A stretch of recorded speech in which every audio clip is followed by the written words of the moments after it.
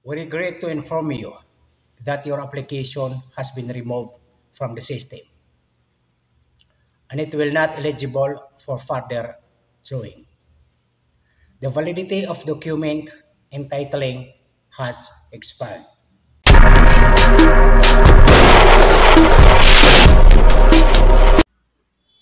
Pwede ka pa rin bang makalis kung na-expired ang work permit mo? Yes, pwede naman makalis. Pero dapat ma-renew yung work permit mo. Yan ang dapat mong malaman. Kung isa kang OFW at inabutan ng or na-expired ang iyong work permit, so kailangan pong mag-renew mga kaibigan. Magkano po ba yung babayaran natin? Tatlong klase po ang work permit. Number 1, 6 months, yung seasonal. Number 2, 1 year. And number 3, 2 years. Pero may nag-comment sa aking video, bakit daw sa kanya ay 3 years.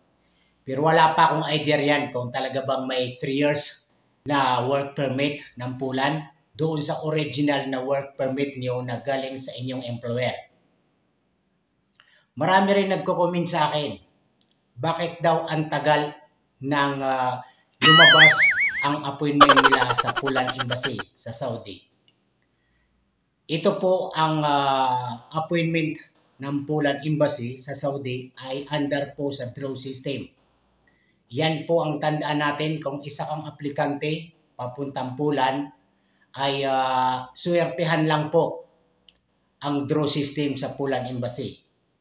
Mayroon din naman na pag-file pa lang ng kanilang work permit, yung i-consult application for national working visa ay wala pang 1 linggo, wala pang 1 buwan ay nabunot sila. Kaya nga swertehan lang po ito. Pero marami rin naman na hindi sinuwerte hanggat na-expired ang kanilang work permit o inabutan sila ng expiration ng kanilang work permit. Yun ang nakakalungkot. Kung isa ka doon sa inabutan ng expired o nag-expired ang work permit pero hindi ka pa nakaalis, pero may pag-asa pa bang makaalis ka or mabisahan ka dahil expired yung work permit mo?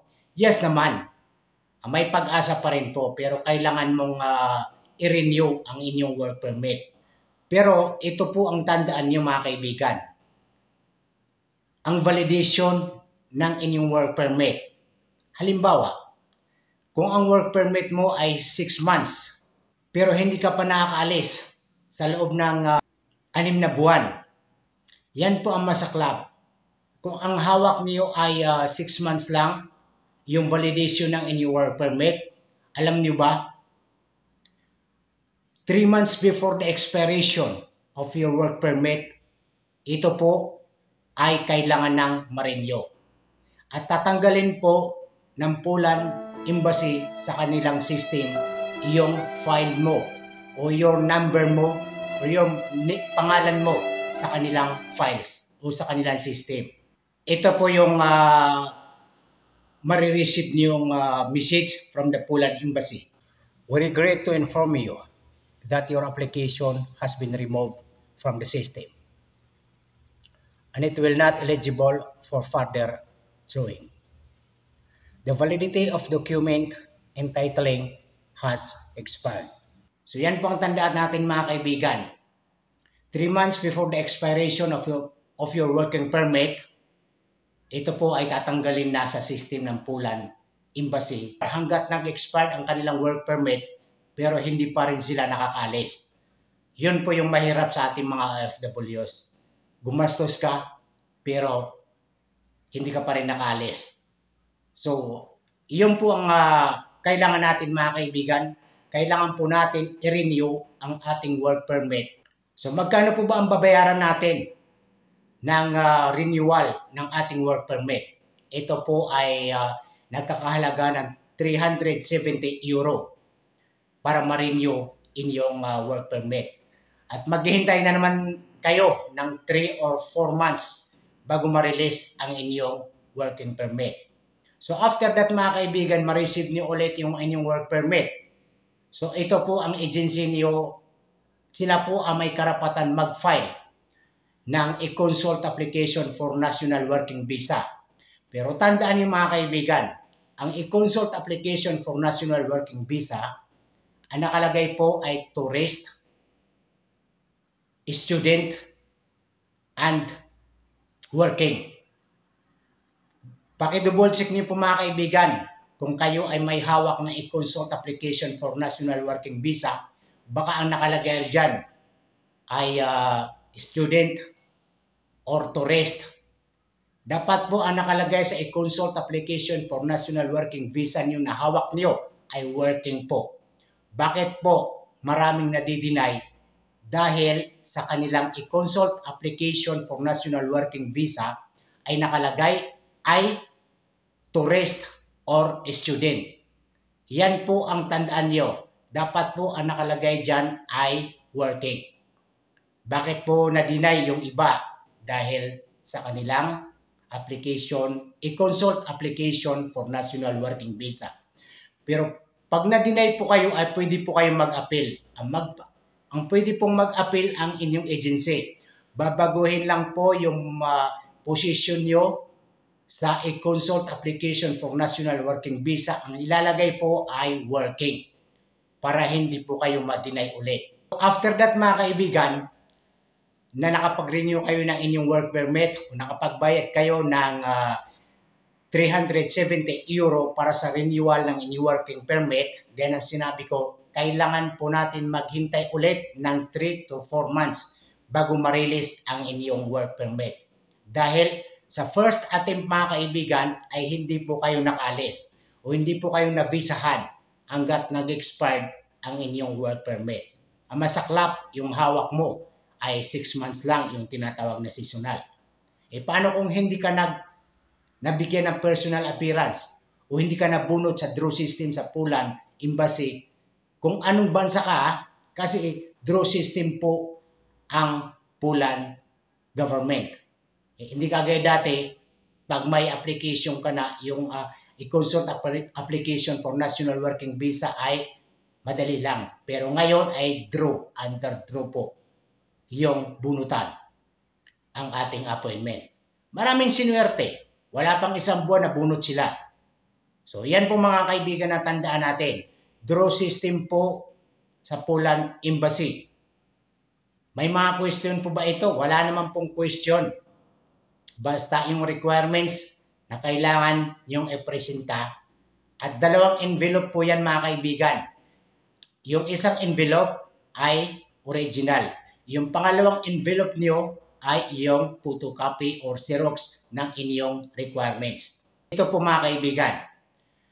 Pag nag-renew ka po ng work permit sa Poland, ay panibagong employer na po. Ito po ay mababago na ang inyong work permit at inyong employer at inyong workplace. So yan po mga kaibigan na lagi natin tandaan. Maraming OFWs na naghihintay hanggang ngayon para sa kanilang personal appearance.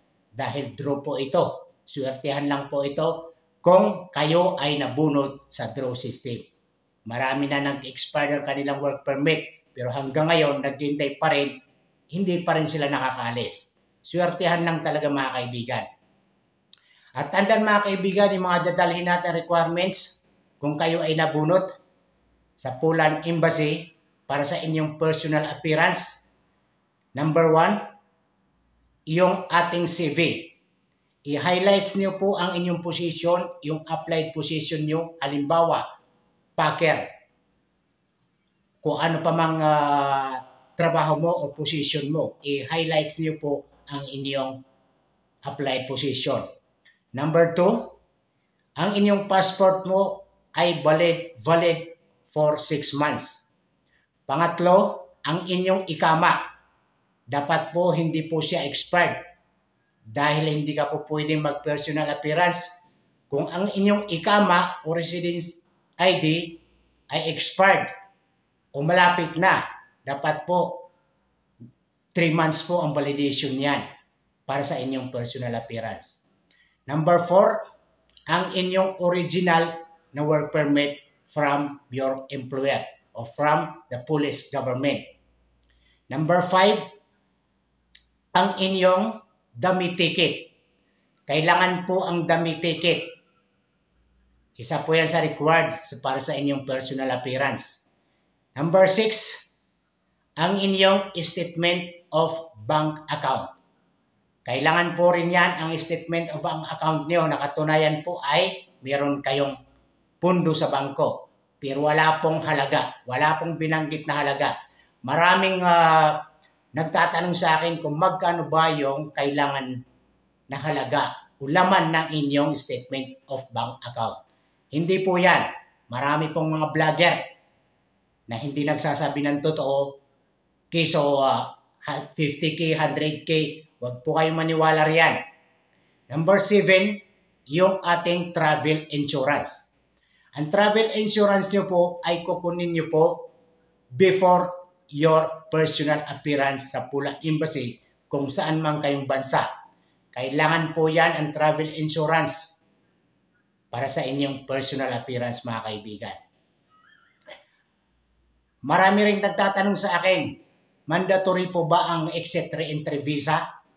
Ang re-entry exit visa po ay kung meron kayo, pwede niyong ipresenta o dalhin.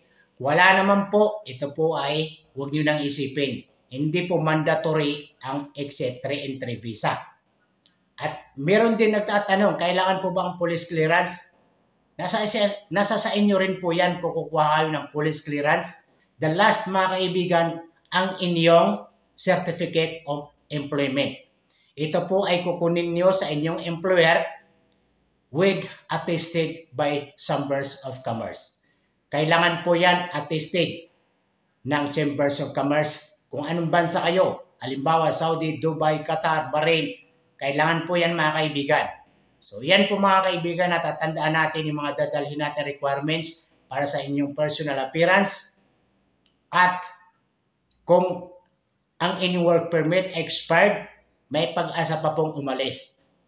Kasi ang nakalagay po sa Poland Embassy, yung nilabas nilang panuntunan, ay kung hindi ka nabunot sa loob ng 6 months o sa loob ng 1 taon o sa loob ng 2 years na nag-expire, may pag-asa ka pa bang umalis? Yes naman po. Huwag kayong mawala ng pag-asa. Dahil sila po ang nagsabi niyan na kailangan po i-renew ang ating working permit kung ito ay inabutan ng expired o nag-expired ang inyong working permit. So panibagong employer, panibagong trabaho, so panibagong place sa Poland. Lagi po natin tatandaan, pag nahawak niyo yung inyong work permit, nandoon po yung magkano yung salary niyo sa loob ng 1 buwan. Ang trabaho po sa Poland ay Monday to Friday, 8 a.m. until 5 p.m. Shout out nga pala sa lahat ng aking subscribers out there. Paki-share po ang video ito